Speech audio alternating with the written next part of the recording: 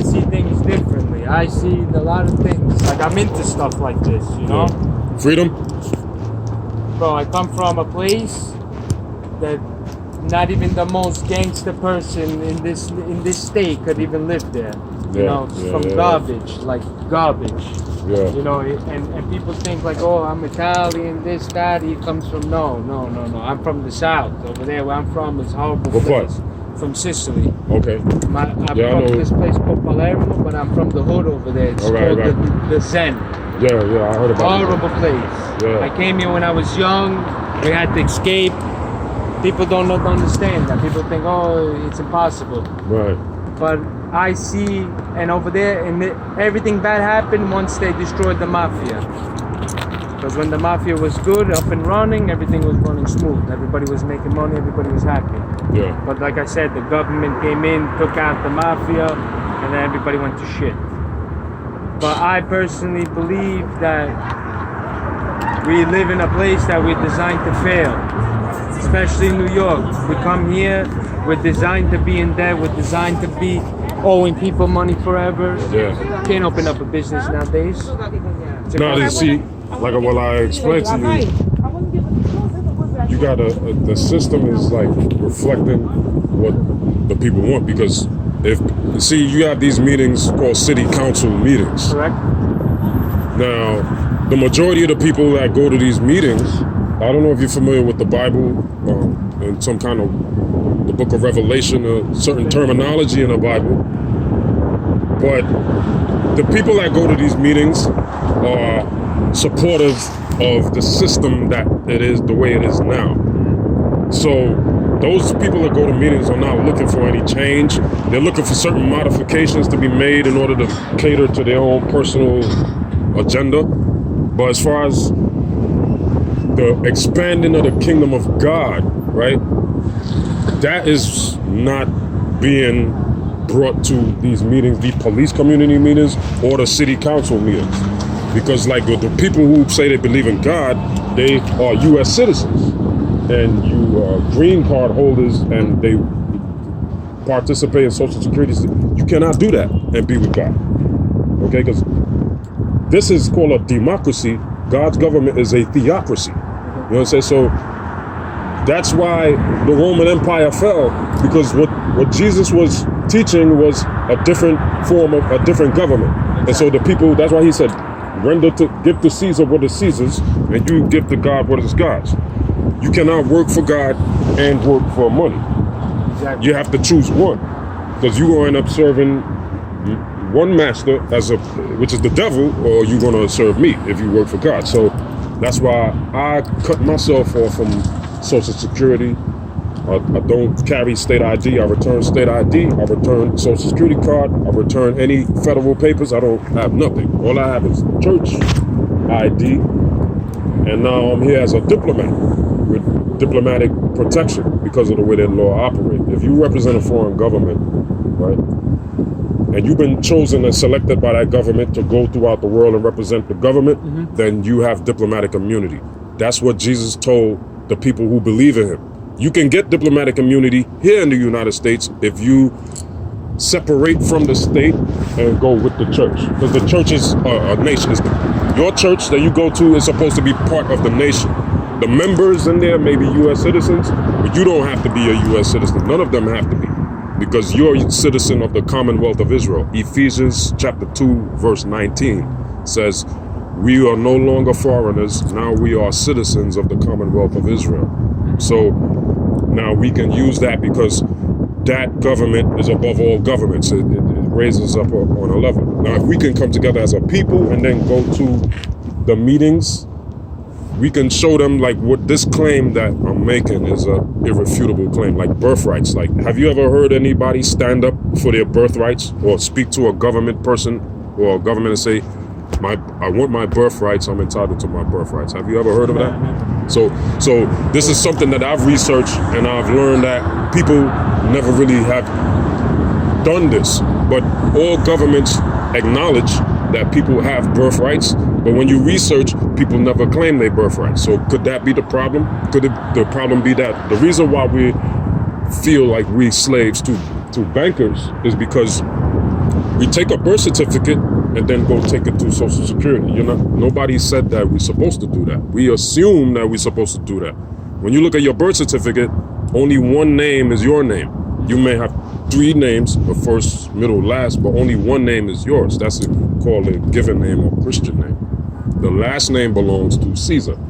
So if your certificate says you're a baby, that means you're supposed to inherit food, clothing, shelter. The government's supposed to provide that to you because it's supposed to take care of children. If you go from the birth certificate and go create another ID or Social Security or another ID, you leaving one status and you creating another status. Because the status you are creating is, I'm going to take care of myself. I don't need nobody to take care of me. I'm going to go and find money or make money on my own. That's the status now, new status.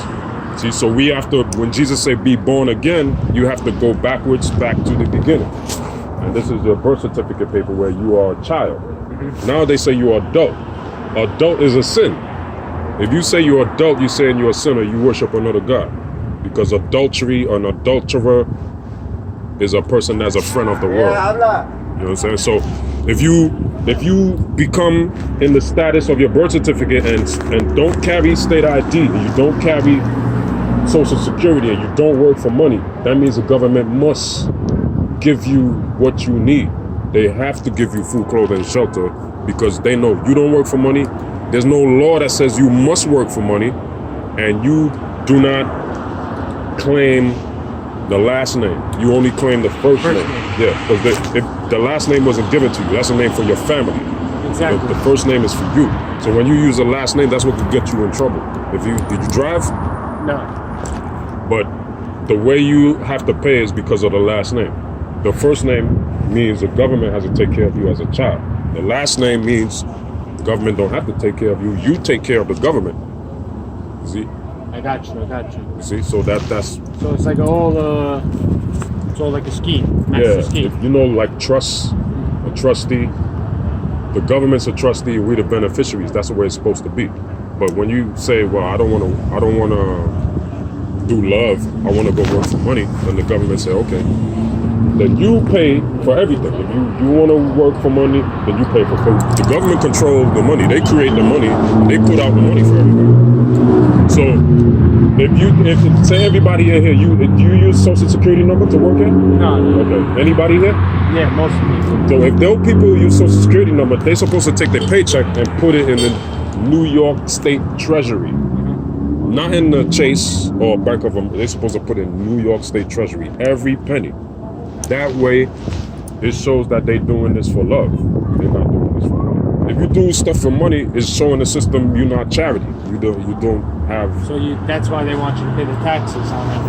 Right. So now, if you have a direct deposit, go right back to the government, then the government will pay your lights, pay your gas, they give you a check to what you need to buy. Then, because they're now responsible for you, because you don't hold anything that belongs to them anymore. Because all the money belongs to them, but people claim ownership over money. The money belongs to the Federal Reserve System. And they rent it to the government. Exactly. And then we claim ownership of it, which is our mistake. See, so I learned these things over the years, and when I apply my understanding, it is nobody can't disagree with anything. Because I talk to all the police. If you look at my YouTube video, I report a lot of businesses. Sometimes they call police on me. And the police know they are not saying anything wrong. You see, because nobody's supposed to buy anything. We're not supposed to use money because our birthrights. Because this is our planet. This planet is ours. Exactly. So who are we paying for to use the stuff? It's like, if I'm standing on a rock and I claim this rock is mine, okay, then if you take a piece of the rock and you build something out of it, you can create something out of it, but it's still, you take a piece of my rock. So this is the awareness. The people must raise their awareness to know that this is like, we stealing from each other. Facts. If we're not sharing everything, we just stealing.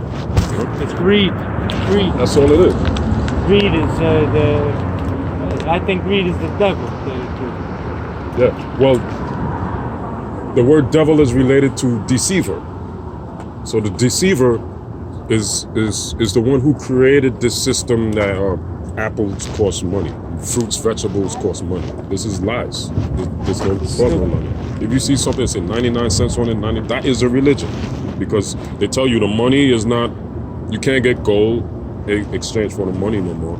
You cannot get the silver in exchange for the money anymore. It's only backed by faith. If people believe in it, that's the only thing. So that means it's a religion. I'm gonna look into your thanks YouTube a lot. channel. What's your name? Ambassador. It's on the paper. All right, you got it. All right. Yo, let me know it's you. If you make a comment, let me know it's you. I got you. All right.